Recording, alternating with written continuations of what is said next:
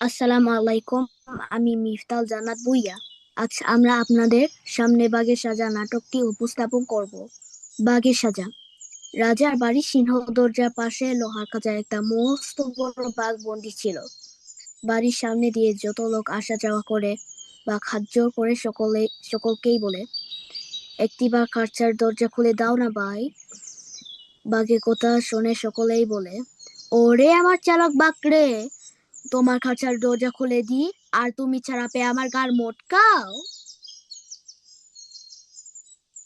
একদিন রাজার মেয়ের বিয়ে, মহা ধুমধাম।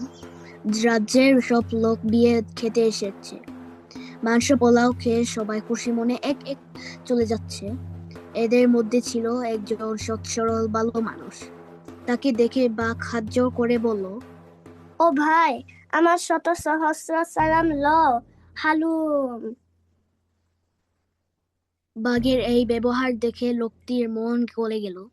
সে মনে মনে ভাবল, আহারে, বাঘটা তো বাড়ি ভালো, এমন বাঘকে কিনা রাজা বন্দি করে রেখেছে। ও ভাগ, তুমি কি চাও ভাই? তুমি বড় দয়ালু। তা ভাই, দয়া করে এই খাঁচার দরজাটা খুলে দাও না। আমি বনের বাঘ বনে চলে যাই। হালুম। লোকটা ছিল কিনা সৎ সরল। বাঘের কান্না কান্না কথাতে বলে তাড়াতাড়ি দরজা খুলে দিল। দুষ্টু বাঘ হাসতে হাসতে বাইরে এসেই বলল, হ হ হ। হালুম। ওরে বোকা মানুষ, আমি এখন তোকে খাবো। হালুম। লোকটা তো বাঘের কথা শুনে ভয় পেয়ে গেল। এখন দৌড় দিয়ে পালাবে তারও উপায় নেই। সে কাঁদো কাঁদো হয়ে বলল, এমন কথা তো কখনো শুনিনি। আমি তোমার উপকার করলাম আর তুমি এত কৃতজ্ঞ যে আমাকে খেতে চাও? এমন কাজ কেউ কখনো করে? হালুম। হ্যাঁ, করে। সকলেই করে। হালুম। না, কখনো না। চলো তিনজন সাক্ষীকে জিজ্ঞাসা করি, তারা কি বলে। চলো, সাক্ষীরা যদি আমার কথাতে সায় দেয় তাহলে আমি তোমাকে খাবো, আর যদি তোমার কথাতে একমত হয় তাহলে তোমাকে ছেড়ে দেব। হালুম। বাঘ আর লোক তখন সাক্ষীর খোঁজে হাঁটতে লাগলো।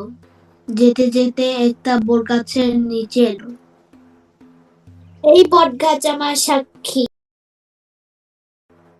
আচ্ছা, বটগাছকে জিজ্ঞাসা করো। হালুম।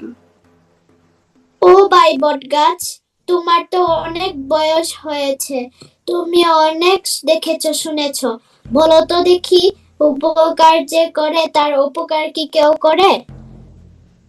আমি বটগাছ, প্রতীক আমার ছায়ায় বসে ঠান্ডা হয়, আবার আমাকে খুঁচিয়ে আঠা বের করে।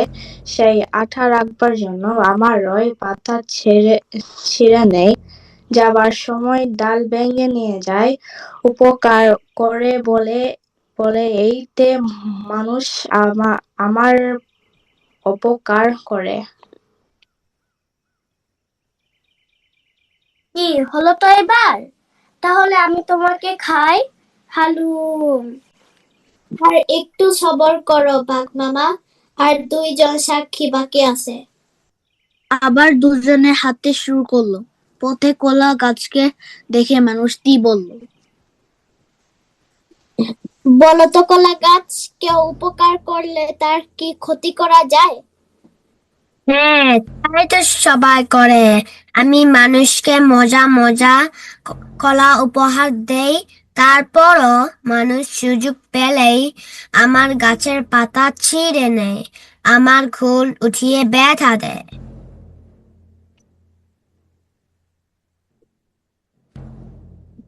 আবার দুজনে হাঁটতে শুরু করলো। পথে এক শিয়াল যাচ্ছিল। শিয়ালকে দেখে মানুষটি বলল, ওই শিয়াল আমার সাক্ষী। ও শিয়াল ভাই, একটু দাঁড়াও, তুমি আমাদেরকে বলে দাও তো, উপকার যে করে তার উপকার কি কেউ করে? চালাক শিয়াল বুঝলো নিশ্চয় একটা গন্ডগোল আছে। সে দূরে দাঁড়িয়ে বলল, হুক্কা হুয়া, কার ভালো কার মন্দ ঠিক মতো না জানলে কিচ্ছু বলতে পারবো না।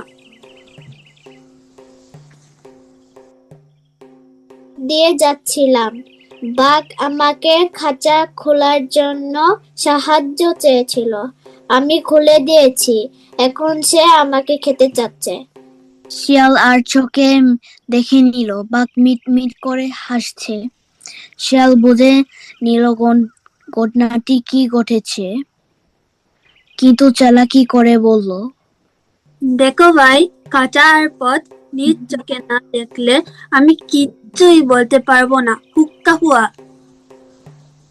কাজেই বাঘ লোক আর শিয়াল সে কাঁচার কাছে এলো। শিয়াল কাঁচার চারধারে পায়চারি করে বলল, আচ্ছা, কাঁচা আর পথ বুঝতে পেরেছি। এখন কি হয়েছে তাড়াতাড়ি বলো। হুক্কা হুয়া। বাঘ খাঁচার মধ্যে ছিল আর আমি পথ ধরে যাচ্ছিলাম। আস্তে আস্তে বলো, বুঝিনি ঘটনাটা। একটা পথ ছিল কাঁচার মধ্যে, আর সে পদের মধ্যে বাঘ কাঁচা নিয়ে যাচ্ছিল। হুক্কা হুয়া। শিয়ালের উল্টাপাল্টা কথা শুনে বাঘ হো হো করে হেসে উঠল। ওরে বোকা শিয়াল, আমি ছিলাম খাঁচার ভিতরে আর এই লোক যাচ্ছিল পথ ধরে। হালুম। বুঝতে পেরেছি, এই লোকটি ছিল কাঁচার ভিতরে আর তুমি ছিলে পদের দ্বারে, তাই না? হুক্কা হুয়া। ততক্ষণে বাঘ খুব রেগে গিয়েছে। সে শিয়ালকে এক ধমক দিয়ে বলল, কি এমন শক্ত কথা যে বুঝতে পারিস না? আজ তোকে বুঝিয়ে ছাড়বো। হালুম। এই বলে বাঘ এক লাফে খাঁচার মধ্যে ঢুকে বলল, এবার দেখে নে, আমি ছিলাম খাঁচার ভিতরে আর ওই লোকটা ছিল বাইরে। হালুম।